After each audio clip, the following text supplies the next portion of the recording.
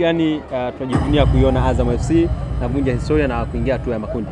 Kwa kweli kwanza pongezi nyingi kwa Azam FC.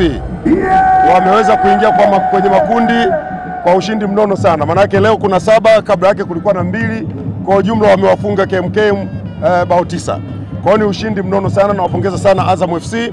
Lakini kwangu mimi muhimu zaidi ni ubora wa timu ambayo inakwenda kutuwakilisha kwenye mashindano kwenye hatua inayofuata. Kwa hivyo mimi nawapongeza sana Azam FC. Tunaamini kwamba ile ndoto ambayo niliwaambia mara ya kwanza kwamba kwa ubora wa timu zinazotoka Tanzania safari hii katika klabu bingwa barani Afrika na katika kombe la shirikisho, hatuna mashaka kwamba timu zetu zitacheza fainali zenyewe kwa zenyewe. Kwa hiyo nawapongeza sana Azam FC, na leo kwa sababu wameshinda magoli 7, fedha zao za goli la mama kwa kila goli ni shilingi milioni 5.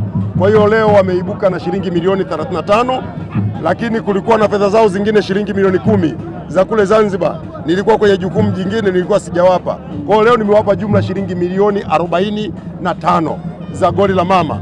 Mheshimiwa Rais amefurahi sana, anawapongeza Azam FC, anawatakia kila la heri katika hatua inayofuata. Amefurahi kwa kiwango chao, anaamini kwamba timu yoyote itakayokuja barani Afrika mbele ya Azam tunayo timu nzuri ya kutuwakilisha.